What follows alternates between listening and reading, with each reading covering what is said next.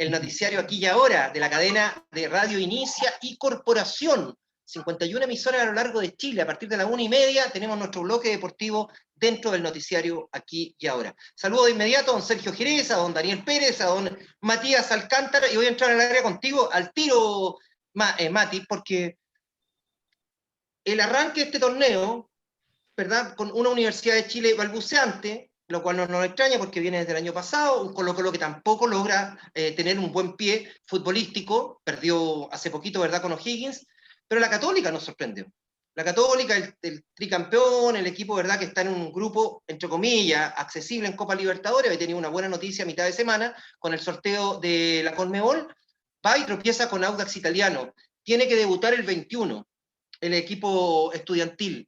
El 21 debuta por Copa Libertadores. ¿Esto te genera inseguridad la derrota con Audax, Matías?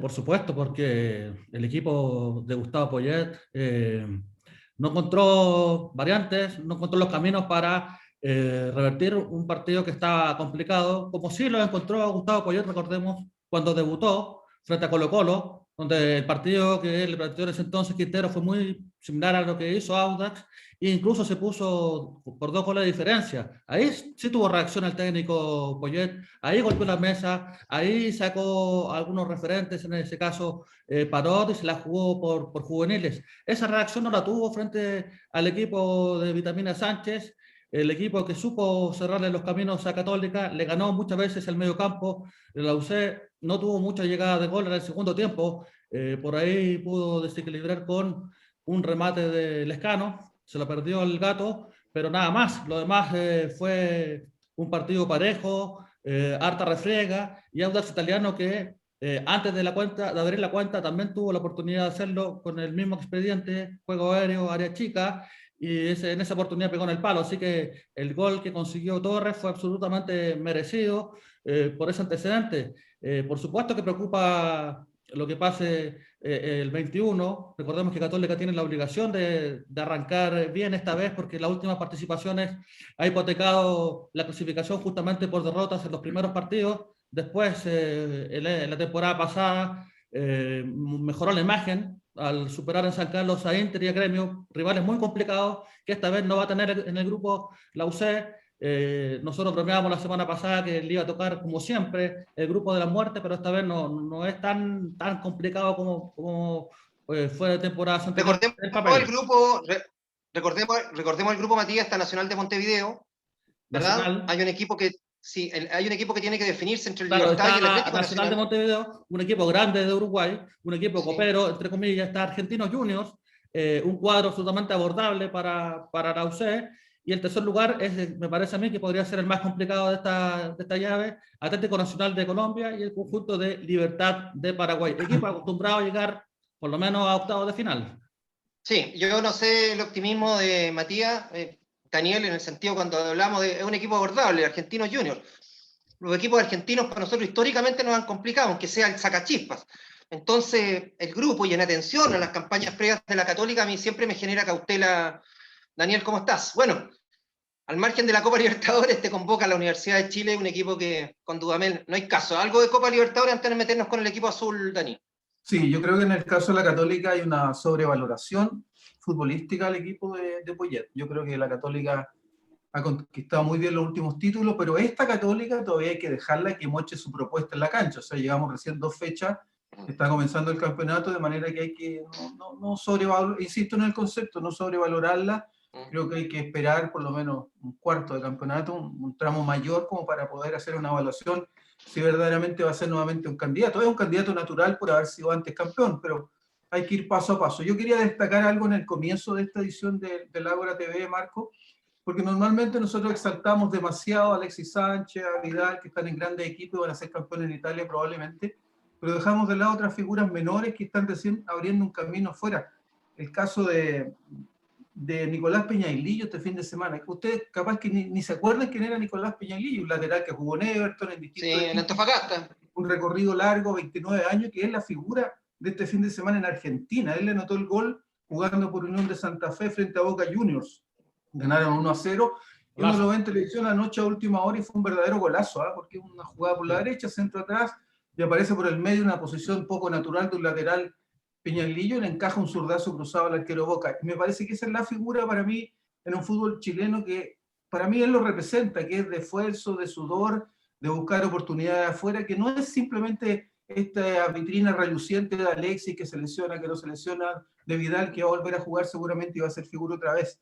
Yo quería partir por ahí, más allá de esto que estábamos hablando de los jugadores chilenos en la Copa. ¿Sabes lo que Igual, pasa, Dani? Es que nosotros hemos tenido jugadores del fútbol, en el fútbol argentino. Bueno, lo primero que piensa, ¿verdad?, en Marcelo Sala, o más atrás en el Sapo Livington, o Ivo Basay en Boca, o Gary Medel también en Boca, etcétera, etcétera.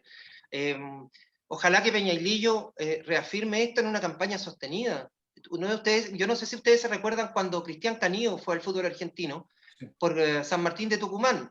En el primer partido marcó 3 goles, 3. O sea, increíble, se volvieron locos con ellos. Y a partir de ahí, porque al futbolista chileno le falta otra cosa que el futbolista argentino no tiene, que es profesionalismo, que es el tipo tomarse en serio su pega. Ojalá que Cristian reafirme esto. Acá el crecimiento de Cristian Peñailillo, un tipo con un exuberante aspecto físico, digamos, supera la media claramente, tuvo problemas precisamente de segundo piso. Entonces, ojalá de verdad que este gol que le marcó ayer a Boca sea el punto de partida, Daniel, para un despegue y para una consolidación, sobre todo en puestos como laterales que nosotros no nos sobran precisamente. Sergio, ¿qué tal? ¿Cómo estás? Tu impresión así de la fecha, tu fotografía de esta segunda fecha del torneo nacional. Yo creo que lo más relevante es que los grandes o los llamados grandes del fútbol chileno decepcionaron rotundamente esta semana. Pero fíjate que yo en el caso de la Católica le doy como un poquito más de crédito por el hecho de que tiene muchos jugadores afuera que son importantes. Por ejemplo, está en defensa, no está Lanaro, y además en ataque también le faltan jugadores en el mediocampo, salía, viene saliendo, volviendo, digamos. Pero fíjate que más que el probable declive o debilidades de Universidad Católica, yo creo que deberíamos rescatar lo que está haciendo Audax Italiano, que es el líder en este momento junto con Calera y realmente le jugó un partido muy inteligente a Católica. Le amarró por todos lados, al punto que San Pedri estaba absolutamente fuera de control. Yo creo que Audax que es uno de los equipos que va a complicar a los llamados grandes. Y bueno, y Colo-Colo... Perdón, Sergio. Yo tengo una impresión, no tengo una buena impresión de Pablo Vitamina Sánchez como técnico. Creo que es un técnico ganapán, como se dice en Argentina. Acá nunca demostró mayor vuelo, ni con Everton, ni con la U de Conce. Creo que por ahí clasificó una vez a una Copa Sudamericana, que es su gran... ¿Por qué habríamos de pensar, digamos, que ahora viene 2.0, ultra renovado y que con Audax va a ser una campaña sostenida?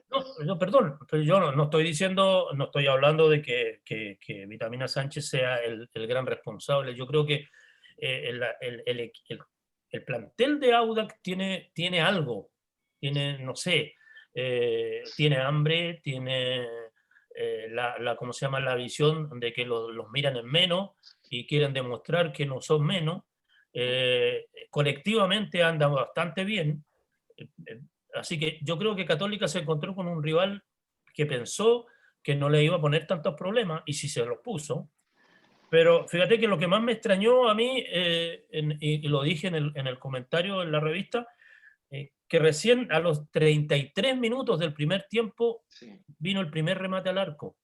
Un remate de Marcelino Núñez que manoteó el arquero Muñoz. Recién a los 33 minutos un remate al arco.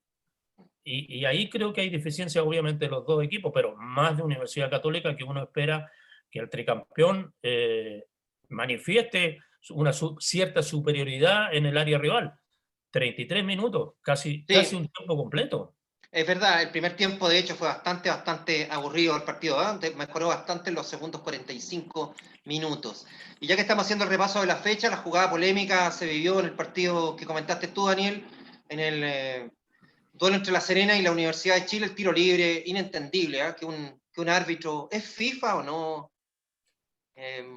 Ángel. No estoy seguro, no sé si... ¿No? Pero bueno, tiene que saberse el reglamento. Eso es como básico, ¿no?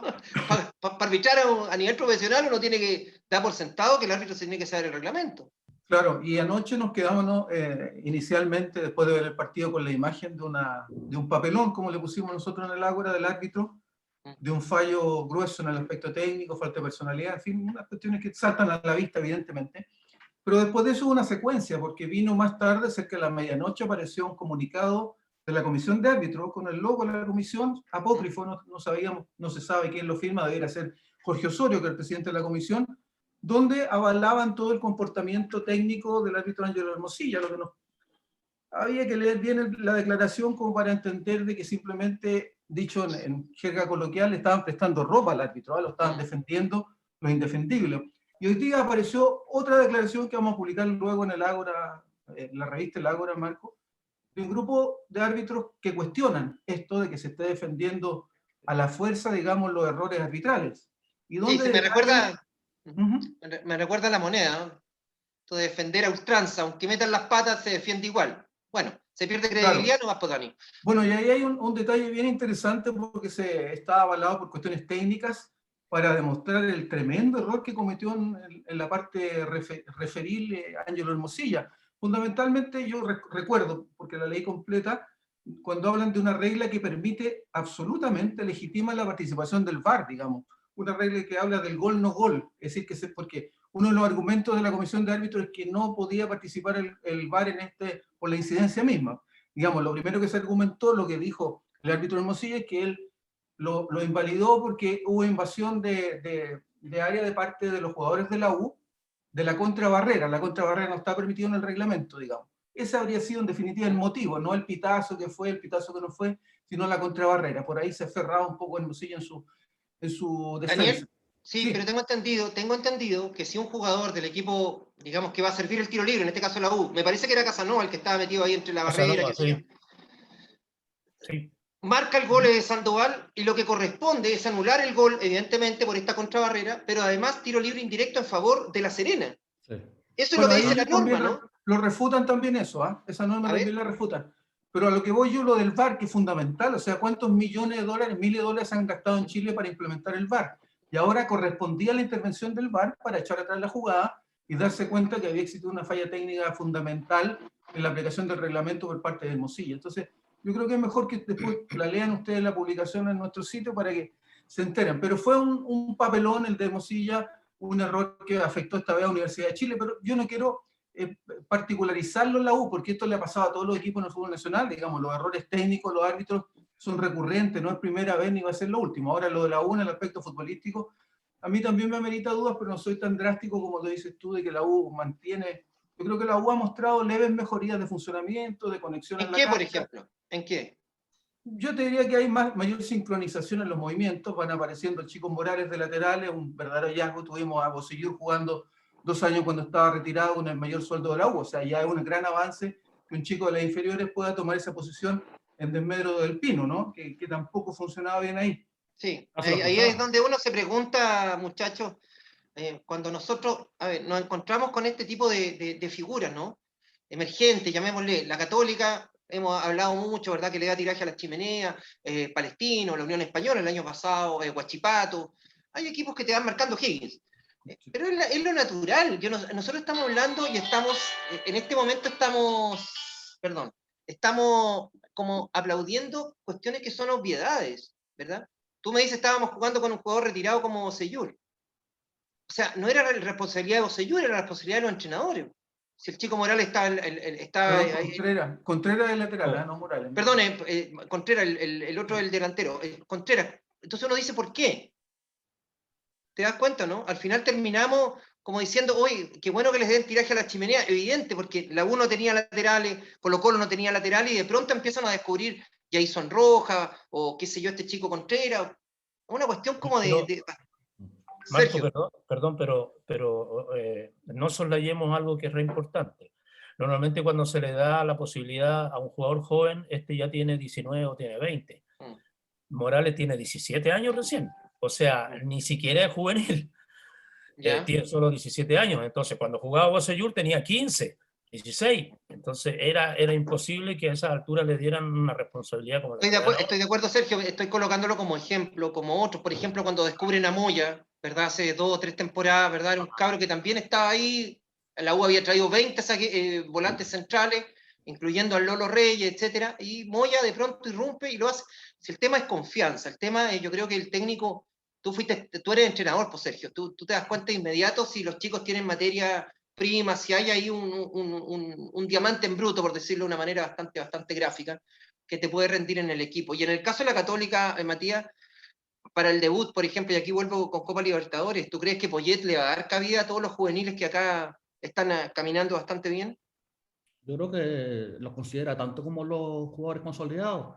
De hecho, lo decíamos hace unos minutos, él confió en los juveniles para revertir el compromiso ante Colo-Colo en una final. Era un partido que te daba un trofeo. Entonces, ¿por qué no lo va a poder hacer ahora en partidos en el papel mucho más importante? Porque es un torneo como la Copa Libertadores, pero ya demostró que confía en ellos. A modo de paréntesis, se le está dando tiraje a la chimenea, pero también se está dando la oportunidad a jugadores retirados, como señor decía, Matías Vidangosi, que estuvo cuánto tiempo fuera, el chico Santiago Ditbon, también en Antofagasta, que ya tuvo minutos después de estar 5 años fuera, sacar su carrera, excelente por él, excelente que pueda volver a la actividad, pero preocupante también que tengamos futbolistas que se den ese lujo y vuelvan sin ningún tipo de problema. Y respecto a lo que comentaba del árbitro Hermosilla, me parece súper preocupante la señal que quedó en el partido, gravísima, porque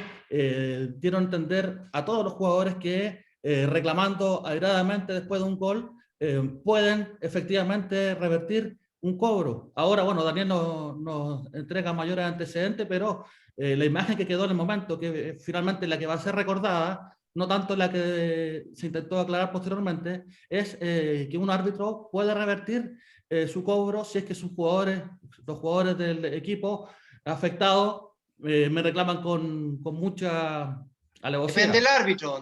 No sé si Roberto Tobar hubiese aguantado, Claro. ¿verdad? Que se le fueran en Muchachos, masa a colgar del cuello. Sergio.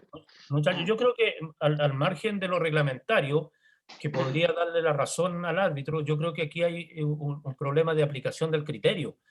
Porque si en el momento en que se va a servir el tiro libre, él advierte que hay un jugador, un jugador en este caso Casanova, que está invadiendo la zona de barrera de La Serena, él debía haber parado el partido ahí, o sea, en la jugada ahí, o bien en el minuto en que se convierte el gol, anularlo inmediatamente, pero él lo validó. Sí. Él en principio validó el gol. Y después, con el reclamo de la gente de La Serena, como dice Matías, si esto sigue ocurriendo así, yo no sé qué va a pasar. El reclamo en masa, él empieza a dudar de si lo validó, si lo valida o no lo valida, y después no sé qué él le dice. O si él mismo se advierte, ¿no es cierto?, que claro, Casanova estaba en una posición indebida, y ahí lo anula. Pero él en principio lo validó, entonces aquí hay una falta de criterio. Bueno, el tipo se desordenó, Sergio, no supo qué estaba haciendo.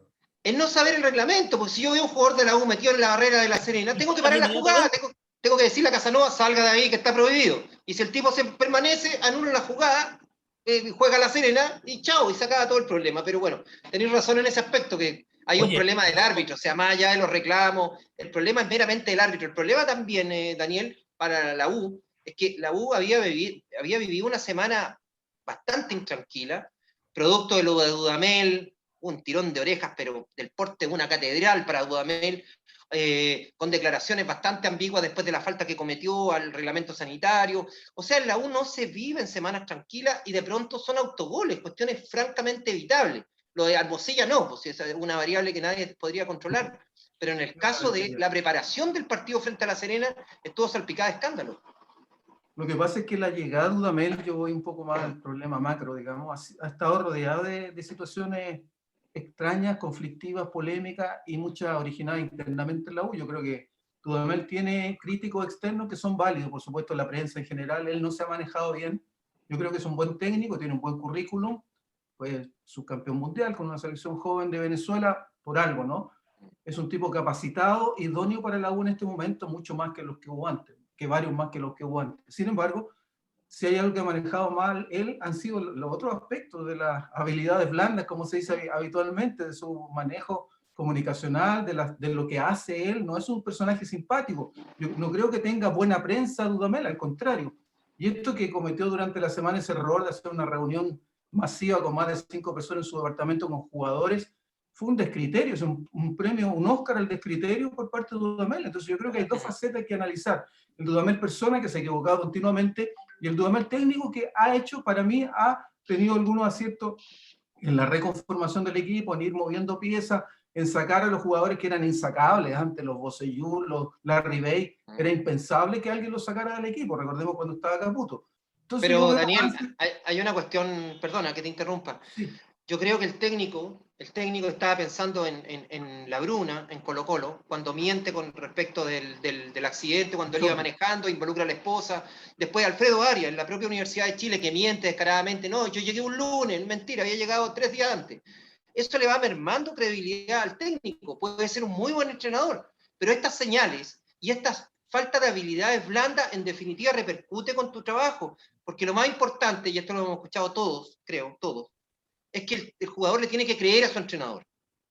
Y si empieza a ver estas señales, estos marchas y contramarchas en la conducta del técnico, ten la seguridad que el plantel le va a perder credibilidad. Y por muy buen entrenador que sea, va a terminar sumido en una situación de conflicto. Lo último para que participemos todos, sí. Pero sí hay otro aspecto en la relación de un técnico con el medio. O sea, está el aspecto comunicacional, que hay que saber manejarlo adecuadamente en crisis o no en crisis. Y está el aspecto directivo. Dudamel llegó a la U en medio de una situación incendiaria, digamos. Estaban yendo los accionistas anteriores, están llegando unos nuevos que no sabemos fehacientemente quiénes son, porque han mantenido un poquito en un segundo plano, no han querido aparecer públicamente, salvo reuniones con el rector. En la U está amenazada que le van a quitar el nombre y el chuncho de la insignia. Entonces, está muy revuelto el panorama en la U, y en medio de eso, el técnico Dudamel ha contribuido personalmente con sus errores a que se le haga bien inestable la situación. Marco. Así es, yo creo que en algún momento le pasa la cuenta, Matías. Sí, le puede pasar la cuenta, digo. Yo creo que personalmente, sí, como hablaba Daniel, comunicacionalmente, yo creo que este caso, este escándalo futbolístico de Ángel Hermosilla le viene excelente a Dudamel. Le vino como anillo al dedo este escándalo que, de cierta forma, desvía la atención de algo que fue gravísimo. Ustedes lo comentaban, hasta la ministra del Deporte se metió a hablar en este tema, a dar su opinión. También amenazó al fútbol chileno con suspender toda actividad por este tipo de hechos. Era un escándalo que seguramente iba a continuar por varios días más, pero ahora se está hablando de la falla de Hermosilla. Dudamel en la conferencia de prensa dijo que por culpa del árbitro, que el árbitro los privó de llevarse los 3 puntos a Santiago. Así que ese es el tema. Sí, es verdad. Habitualmente, Sergio, te escucho. Oye, no, es que yo quería apuntar algo con respecto a Hermosilla.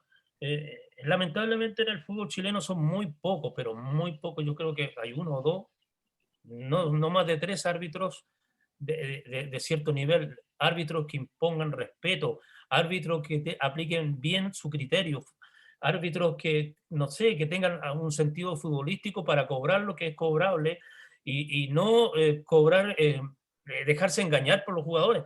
¿Cuáles son a tu juicio, Sergio? Toda la semana asistimos a acciones, ¿no es cierto?, que engañan a los árbitros.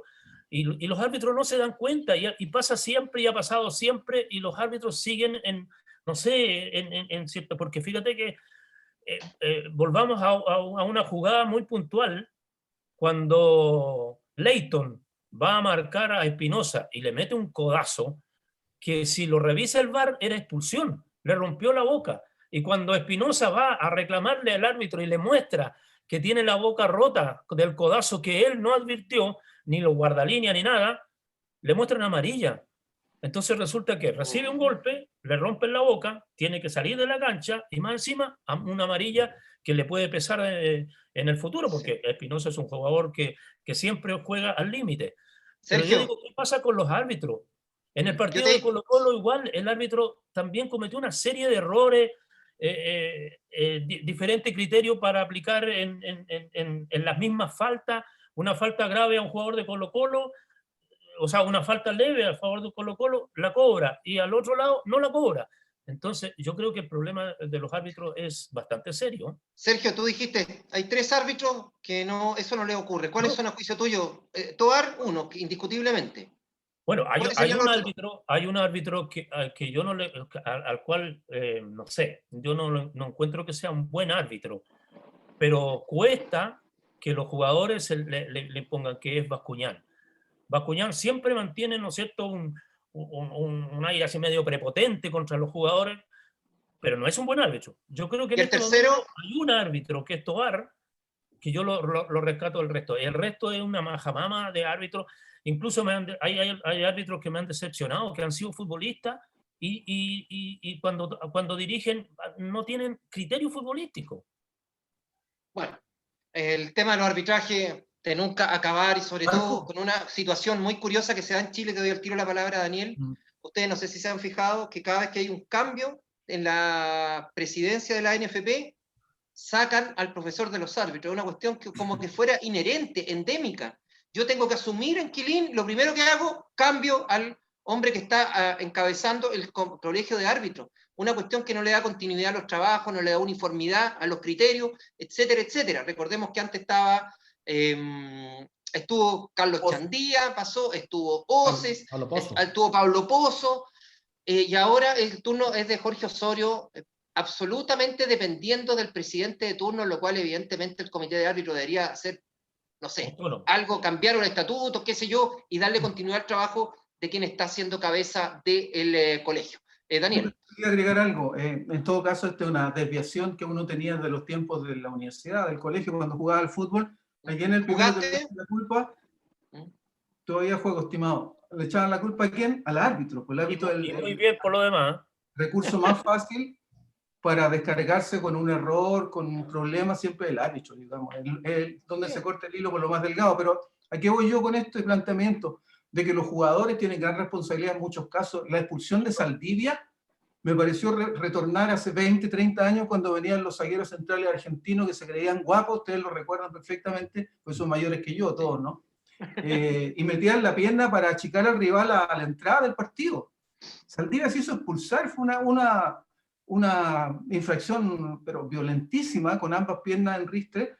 Entonces no había ninguna duda que él, no sé si quería que lo expulsaran para recuperarse bien de la lesión, para estar a punto, no sé. Pero uno piensa, ¿cómo es posible que en estos tiempos en que hay televisión, que hay VAR, que hay tanto dinero de por medio de un juego, cometen este tipo de hechos, digamos? En el caso de Colo-Colo, además, en una zona donde no tiene abundancia, no tiene zagueros centrales Colo-Colo, y además le expulsan a un jugador que viene reincorporando, se trae una larga lesión. Entonces la falta es doble, triple y cuádruple en la responsabilidad de Saldivia, que es un buen jugador, Matías. Sí, y bueno, justo el fin de semana me tocó ver un recuento del partido de Chile con Brasil del 89 y esa entrada de Raúl Ormeño a Branco, recién comenzando el partido. Lo que decía Sergio, eso de reclamar todo, de simular todo, acá incluso después de cometer una falta comparable, guardando las proporciones con esta de Ormeño, aún así la reclama el jugador Saldivia. Aún así protesta y sus compañeros también, y van a encarar al otro que prácticamente que está simulando Cajáis, y era una falta que le puede costar caro a Colo-Colo, porque si le dan 2 partidos de suspensión, se pierde el clásico. No, y yo creo que le van a dar 2. O sea, con el nivel de falta que cometió, mínimo 2 partidos para sentarnos a conversar. El problema es para Quintero, que no tiene zagueros centrales. Sergio. El problema es que la falta además se produce en un sector donde no había ningún peligro para Colo-Colo, porque era la salida del área de Audax. Es decir, tan innecesaria como violenta. Así es. Y cuando uno lo ve repetido, ¿no es cierto?, en cámara lenta, lo encuentra más brutal todavía. Bueno, estamos transmitiendo en el Ágora TV, nuestra plataforma digital. Venos en nuestro canal YouTube, también en Facebook Live, y por supuesto los capítulos quedan ahí en la revista El Ágora, elagora.net, que es la revista que tenemos hace ya 6 años, con este equipo de trabajo y otros colegas también. Y Soccer Chile, por supuesto, que nos acompaña. Soccer Chile somos fútbol, ahí está, somos fútbol con soccer y los diseños espectaculares que tienen en calzado y vestuario deportivo. Y también Caja Los Andes, desde 1953, sirviendo, ayudando a las familias chilenas, pensionados, afiliados. Afíliate tú también a Caja Los Andes desde 1953 con las familias de nuestro país. Chicos, yo los quiero sacar un poquito del tema contingente, de la fecha y todo aquello. Jugó Chile con Camerún, le ganamos a nivel femenino. Yo no sé si pudieron ver el partido, yo lamentablemente no lo vi, lo digo, pero tengo entendido por el comentario que hizo Gerardo Silva en nuestra revista, que Chile mostró mejor pie futbolístico que las africanas. Por lo tanto, Sergio, uno podría pensar de que este martes clasificamos a los Juegos Olímpicos. Bueno, yo tengo plena fe en este equipo por dos razones. Una, porque futbolísticamente hablando fue superior a Camerún. Camerún es un equipo típicamente africano, obviamente, que juega, que se apoya mucho en la velocidad de su jugadora, en su fortaleza física, pero que tiene algunos 3 o 4 jugadoras de buen pie, pero el resto es mucho esfuerzo, mucha capacidad física. Y Chile, a pesar de que de repente pierde un poquito el orden, tiene jugadoras que con mucha claridad futbolística, técnicamente hablando, muy bien dotadas. Y tiene un par de defensas centrales a las que le cuesta mucho hacerle un gol. El gol africano nació de un error incluso. Pero Chile tiene muchas posibilidades. Además que en esta oportunidad Chile era visitante. Así que se puede dar el lujo de perder 1-0, porque los 2 goles de visitante le van a servir para clasificar. O sea, incluso imagínate, clasifica ganando, empatando y perdiendo 1-0. O sea, tiene todas las posibilidades. Buen detalle ese, Sergio, porque la gente se preguntó muchas veces, bueno, ¿por qué hacemos de locales? ¿Nosotros qué importancia tiene? Se jugar todo en Turquía. No, pues ahí está la importancia. A mí se me había pasado ese detalle desde un punto de vista reglamentario. Carlos Jimeno, colega nuestro, siempre decía, en atención a lo que está describiendo Sergio, estos equipos, ¿verdad?, de mucho despliegue físico, velocidad y con la pelotita poco. Población, el esfuerzo, ¿se acuerdan o no? El esfuerzo de Puente Alto. Claro, Marco, este equipo es de la población, el esfuerzo. Dale. una acotación respecto a lo que decía Sergio del fútbol femenino, pero yo creo que el segundo partido, mira, es bastante obvio, pero va a ser muy diferente en su forma de plantearse en la cancha. La africana, la camerunesa, digamos, y así la negrita, lo cual no está permitido en estos tiempos, ni tratarla de... Cuidado que ropa tendida además, hay ropa tendida. De una forma cariñosa. Se atrevieron recién al final, yo alcancé a ver la segunda parte en algunos tramos, presionaron más los últimos minutos y por ahí pudieron empatar incluso. Yo creo que es un equipo con más agresividad, con otra actitud desde el comienzo, podrían complicarle bastante la vida al equipo nacional. La envergadura física es definitivamente diferente, son muy superiores en el biotipo, digamos, la africana a la chilena, que tiene más habilidad y buen manejo de pelota, eso sí, buen pie, como dicen me suena un poquito cursi, pero buen pie, buen manejo de la pelota. Pero creo que el segundo partido va a ser definitivamente mucho más complicado por la actitud, porque ahora tienen que jugarla toda, tienen que ir al frente, tienen que ir a chocar, meter, y ahí le va a costar aguantarlas a las camerunesas, al equipo chileno. Ojalá que saquen adelante la mitad que le falta de la tarea. Así es, nosotros nos enteramos a través también de las crónicas que escribimos en el Ágora, Carlos Fernández, nuestro especialista en rugby, que nos contó que este fin de semana Chile salió cuarto en Dubái, está peleando el Rugby 7 también de cara a los Juegos Olímpicos, ahora van a jugar a Mónaco, así que hay varias disciplinas deportivas chilenas que tienen posibilidades de meterse en los Juegos Olímpicos, que se van a disputar igual, sin público y con todas las medidas sanitarias, pero Juegos Olímpicos estaban programados para el año pasado, no nos olvidemos, así es que vamos a estar pendientes también con el Rugby 7, esa es la categoría, o esa es la disciplina, la modalidad que ingresa a los Juegos Olímpicos. Yo creo que el programa... Sí, te escucho, Sergio. Perdón. Sí. Si Chile clasifica, si las chilenas clasifican frente a Camerún, se va a producir un hecho muy curioso. Va a ser la delegación femenina, la mayor delegación femenina en el equipo chileno, ¿eh? Porque son 22 jugadoras, 22, 24 jugadoras, no sé cuántas se inscriben para los Juegos Olímpicos. Va a ser la mayor cantidad la mayor delegación femenina en los Juegos Olímpicos representando a Chile. Y además, en la historia. Sí, y además después de Sydney 2000 va a ser el primer representativo colectivo de Chile en unos Juegos Olímpicos. Ahí fuimos medalla de bronce. Lamentablemente todavía nos pegamos puñaladas por ese... Justamente con Camerún.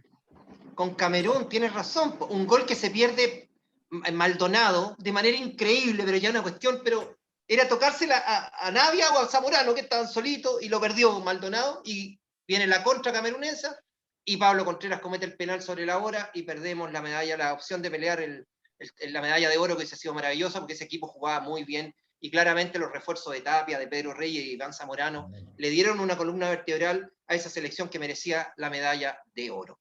Muchachos, yo arranqué el programa diciendo que suena como una prolongación, excepto por los traspiés de la Católica, suena por una prolongación de lo del año pasado, porque Colo-Colo en mal pie futbolístico, volvemos al concepto que le gusta tanto a Daniel, la Chile, una buena y una mala, y la NFP definitivamente todas malas. O sea, yo no sé, de verdad, y aquí quería detenerme un instante para reflexionar con respecto a lo que está haciendo la directiva de Pablo Milad. O sea, Pablo Milad ya no puede haber abierto más flancos de exposición.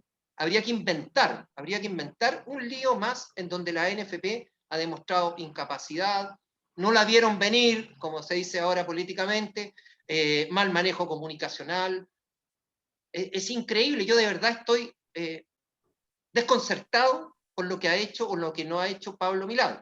La última, como todos sabemos, esto de los dobles contratos. Lautaro de Buin dijo, a mí me están sancionando por esto de Hans Martínez, que es un doble contrato. Pablo Granjicán lo declaró públicamente, que en Curicó, el club que presidía Pablo Milad, pasó lo mismo. Lo reconoció Esteban Paredes en un programa de televisión en ESPN, dobles contratos. Ya, pues, si me sancionan a mí, tienen que sancionar al resto. Y ante eso, la NFP sacó una carta que era cantinflesca una vez más. Es decir, hay una sensación de desgobierno hacia allá, punto, con respecto a lo que está pasando en Quilín, y es algo súper, súper grave. Porque claramente, mientras transcurren los días, mientras transcurre la semana, no hay campeonatos juveniles, las competencias cadetes están suspendidas. ¿Qué va a pasar con esas generaciones? ¿Qué va a pasar con la Federación de Fútbol de Chile? ¿Se va a separar definitivamente como corresponde de la NFP? ¿Cuántas decisiones estructurales están absolutamente subordinadas a la contingencia, a la pacotilla, a la desprolijidad? Doy la palabra a Daniel Pérez. Yo agregaría, sí, tienes razón en tu argumentación en general. En lo particular, no sé si tanto, esto de los torneos juveniles, el fútbol cadete, es una especie de quimera en estos tiempos el fútbol cadete. No puede existir en las condiciones actuales sanitarias. Es imposible, improbable que los niñitos en la escuela de fútbol o de las divisiones inferiores estén yendo porque se están imponiendo una cuestión de vida o muerte. Pero Dani, te permiten abrir mall y te permiten ceremonias religiosas. Entonces, ¿cuál es el criterio? Iba a eso, que en el fondo también revela muchas contradicciones que son bien profundas y graves, porque Colo-Colo, el partido Colo-Colo, yo no sé si transgrede alguna situación constitucional, pero se jugó a las 8 de la noche y terminó a las 10 cuando está en toque de queda todo el país. ¿Ustedes se han fijado en ese pequeño gran detalle que se jugó un partido en toque de queda? Absolutamente. Por simplemente de rating del canal del fútbol, de TNT, o sea, no había otro motivo para que lo pusieran en esa franja horaria. De manera que para mí eso también contribuye al análisis que tú estás haciendo, Marco, respecto a los desaciertos que ha cometido la NFP. Oye, y la temporada anterior, Sergio, te doy la palabra al tiro, la temporada anterior, Colo-Colo y la U concentraban, estaba prohibido, y ellos preferían pagar la multa, ¿verdad? Y pasarse el protocolo sanitario, dejarlo absolutamente olvidado, y concentraron para los partidos finales cuando Colo-Colo estaba con el agua al cuello. Y eso, mutis por el foro, Sergio. Oye, si el partido de Chile se jugó, igual terminó con toque de queda, que queda para el campeonato nacional, imagínate, o sea, un partido amistoso de la selección chilena jugando a las 10 de la noche. Es decir, ¿por qué no más temprano? Ahora convengamos, sí, para tratar de ser medianamente justos, porque normalmente no lo somos, porque estamos privilegiando un criterio sobre otro, pero que el fútbol también contribuye un poquito a esta locura mental, este estrés pandémico que está viviendo el país. O sea, ver un partido para mucha gente es una distracción, es olvidarse un poco del terrible panorama diario de los matinales dando cifras cada vez peores. Es decir, existe una realidad, todos estamos conscientes, no sé si todos, pero el fútbol contribuye en alguna medida a distensionar a algunas personas, no digamos que a todos, claro. Y lo dijo Quinteros anoche, ¿eh? Quintero dijo eso. Lo mismo que está diciendo Daniel, lo dijo Quintero anoche. Dijo, me preocupa el tema. En este momento, en este momento, dijo, de cuarentena, donde toda la gente tiene que estar encerrada, el fútbol termina, por lo menos el fin de semana, termina siendo una distracción, un momento de sacarse los problemas de la cabeza y poder distraerse en algo que es tan bonito como el fútbol. Sí, el fútbol tiene una resonancia fuera de la cancha. Históricamente se ha utilizado, ¿verdad?, como distractor, como potenciador de identidades, sentido de pertenencia, una pila de cosas y valores sociológicos, qué sé yo. que tiene que ver con otras disciplinas más allá, digamos, del fútbol químicamente. Ahora, Marco, el fútbol Sí. en sí mismo no es perverso, ¿ah? La utilización de él. No, por supuesto, por supuesto. O sea, hay una columna de Claudio Guzmán en la revista elagora.net sobre Sartre y la apreciación de Sartre. A mí me sorprendió, porque yo pensé que Sartre tenía una distancia futbolera. No así Albert Camus, que eran compañeros, Sartre ¿verdad? jugaba, ¿no? Albert Camus fue arquero en la selección de Argelia. Jugó fútbol y la gran cantidad de valores que después trasuntó en su obra tiene que ver con el fútbol. Él dijo, todo lo que sé de moral se lo debo al fútbol. Te pusiste demasiado profundo. Yo hice una broma con Sartre, pero no la captaste, así que... No, es que no te escuché, disculpa, no te escuché. Dale. Ya, bueno. Matías, volviendo al tema de la NFP, la situación es la siguiente. Desde el interior de Palacio, a mí me han informado que Pablo Milad está muy, no asustado, pero con mucha incertidumbre de que se vayan a repetir las elecciones y que está haciendo campaña diariamente, entonces lo que hace es conceder todos los votos. Sí, bueno, preocupante lo que Yo no pasa. sé si esa es la percepción que tienes tú. Me parece preocupante lo que está pasando en la NFP, no solamente con estos casos que se han mencionado anteriormente, el escándalo de La Calera con el arquero Arias, también que no se manifestó nunca Pablo Milad en contra de este escándalo provocado por la Calera, por lo tanto lo está defendiendo.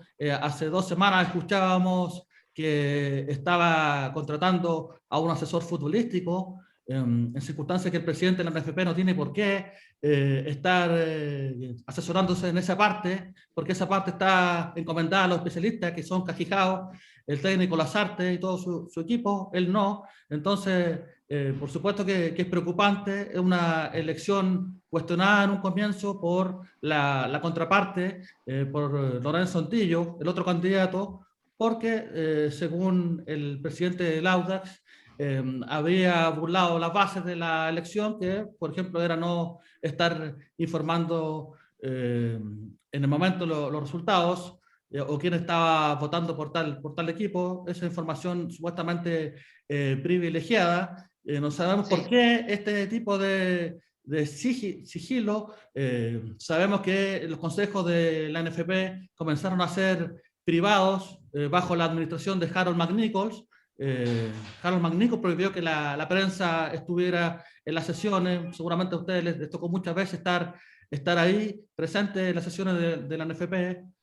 A propósito, también fue el que prohibió que los reporteros de campo estuvieran atrás de los arcos en los partidos para justamente evitar que los sagaces reporteros captaran las primeras impresiones de los jugadores más importantes del partido y no el canal oficial.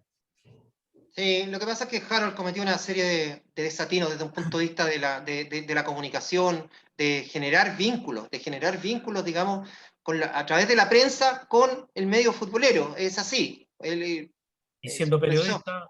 No, por eso te digo, parece que estudió gafitería, Harold, porque... Marco, no es por ponerme en el barco de los que defienden a Harold, que sí lo defiendo por una serie de motivos, pero recordemos que detrás de los presidentes del fútbol, de la NFP, bueno, yo trabajé ahí, ustedes conocen bastante la interna, existe un consejo de clubes que a menudo es obsecuente como el actual. Entonces, en la medida que existe un consejo, todas las decisiones que toma el presidente son validadas, son legitimadas por el consejo. Entonces, no todo se le puede atribuir a lo que piense Milad, sino que también hay responsabilidad compartida de todos los clubes en este tipo de medidas. Claro, pero en ese aspecto tendríamos que apuntar a Fuenteovejuna. ¿Para qué tengo un presidente sentado si no impone liderazgo, si no marca pauta, si no impone criterios, qué sé yo? Porque se supone que el presidente, elegido por el resto de los presidentes de clubes, valga la redundancia, es un hombre que tiene que estar un poquito más allá de la media, no puede sumirse, digamos, a ver, de lo contrario, la estructura, digamos, de directorio y presidente de directorio estarían absolutamente de más.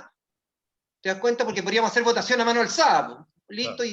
y el directorio para qué está. Bueno, yo les quiero decir antes de terminar el programa, Sergio, disculpa.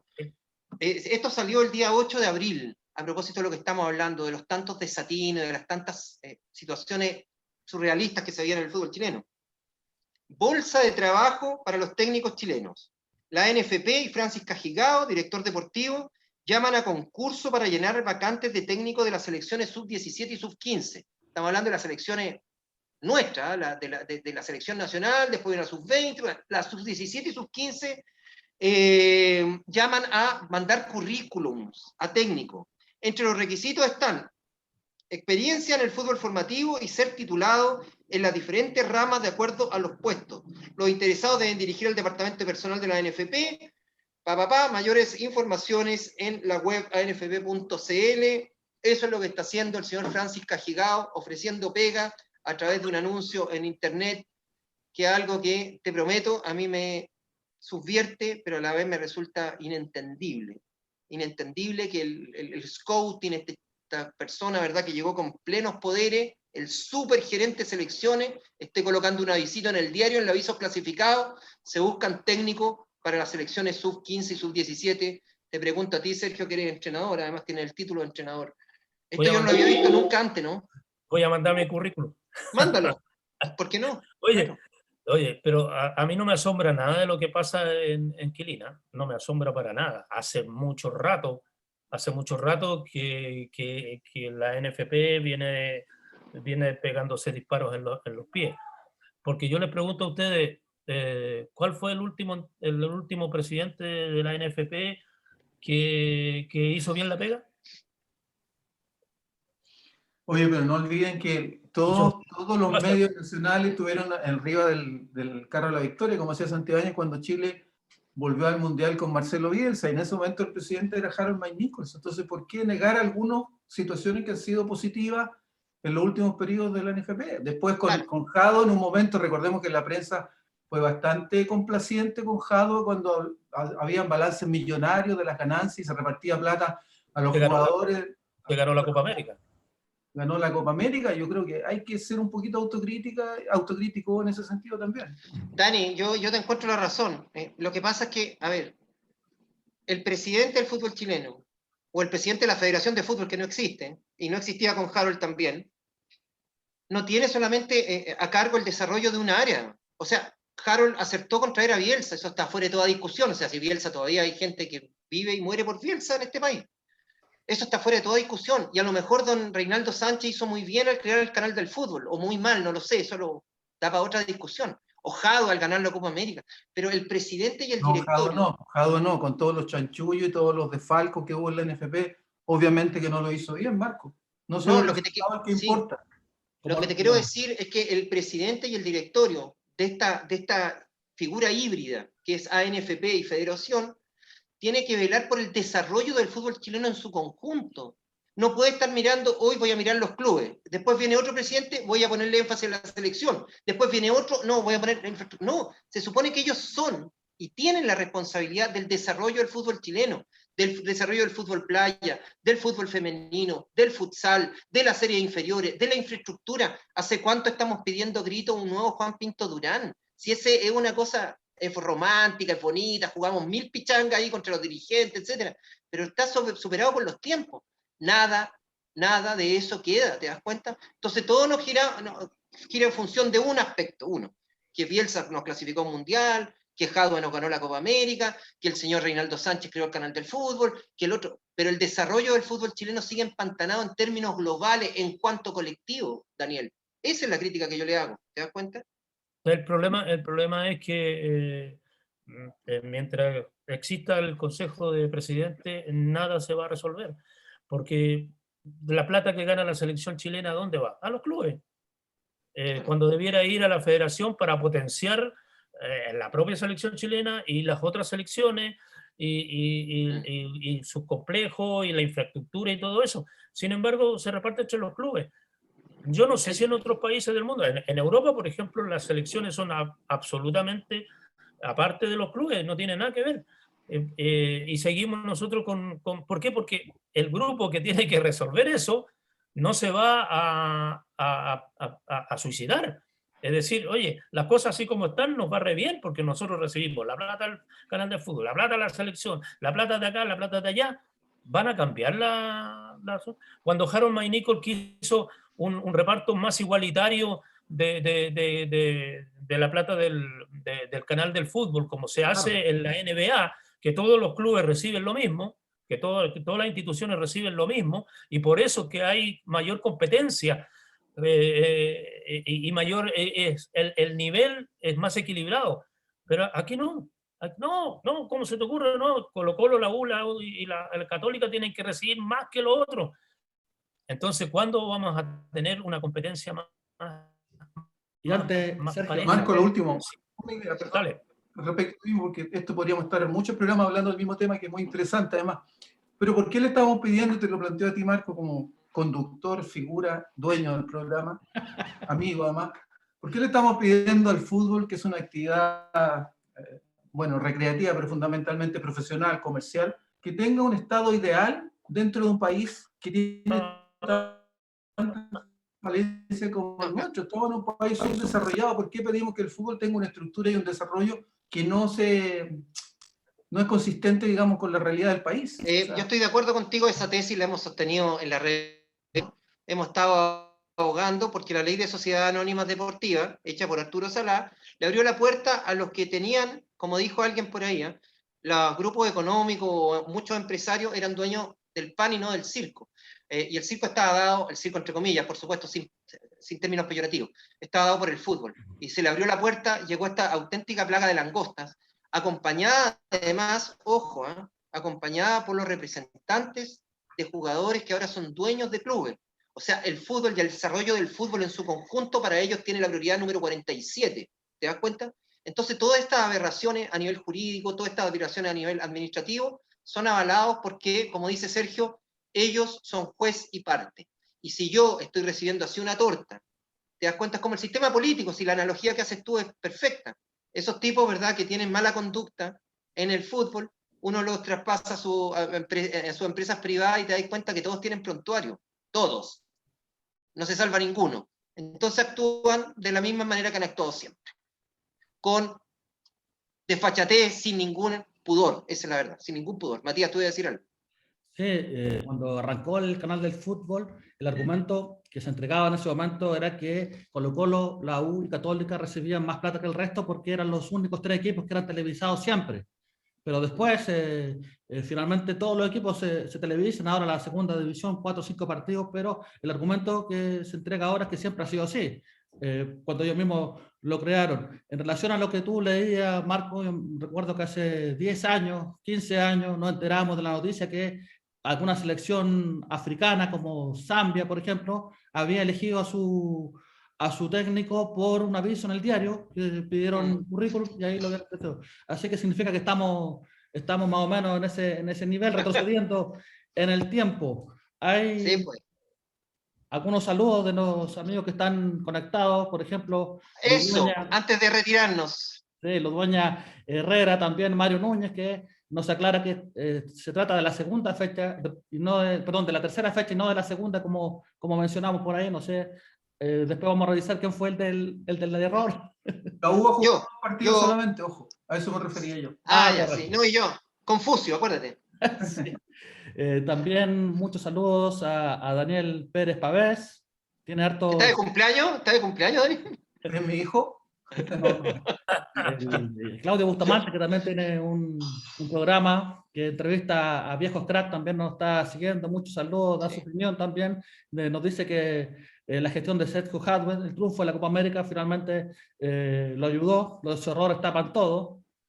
Recordamos que ese mismo año el Círculo de Periodistas Deportivos lo eligió como el dirigente del año, entonces manda más Calderano. de la NFP. Así que esos son más o menos los saludos al panel.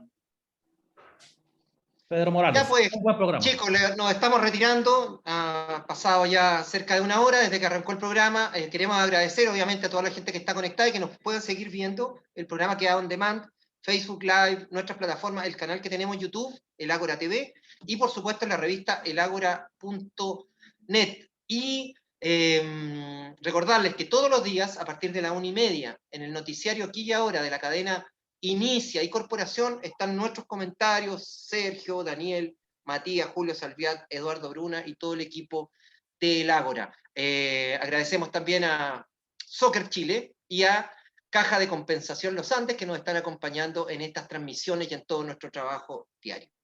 Un fuerte abrazo, muchachos. Nos reencontramos la próxima semana, esperando que el fútbol chileno mejores. Hay Qué fútbol, iluso, qué iluso. ¿Ah? Hoy día termina la fecha. Ah, de veras, hoy día hay 3 partidos. Pues sí, pues que no se me olvide. No me lo sé de memoria, pero juega Ñublense, juega Palestino, Yo le digo, juega... Ñublense A ver. Cobresal a las 12, ya un ratito más. Ajá. Palestino con Everton a las 3 y Curicó Unido con Deportes Antofagasta a las 17:15. Con lo cual se completa la tercera fecha. Ahí sí, ahí estuvimos bien. Chao muchachos, que estén bien.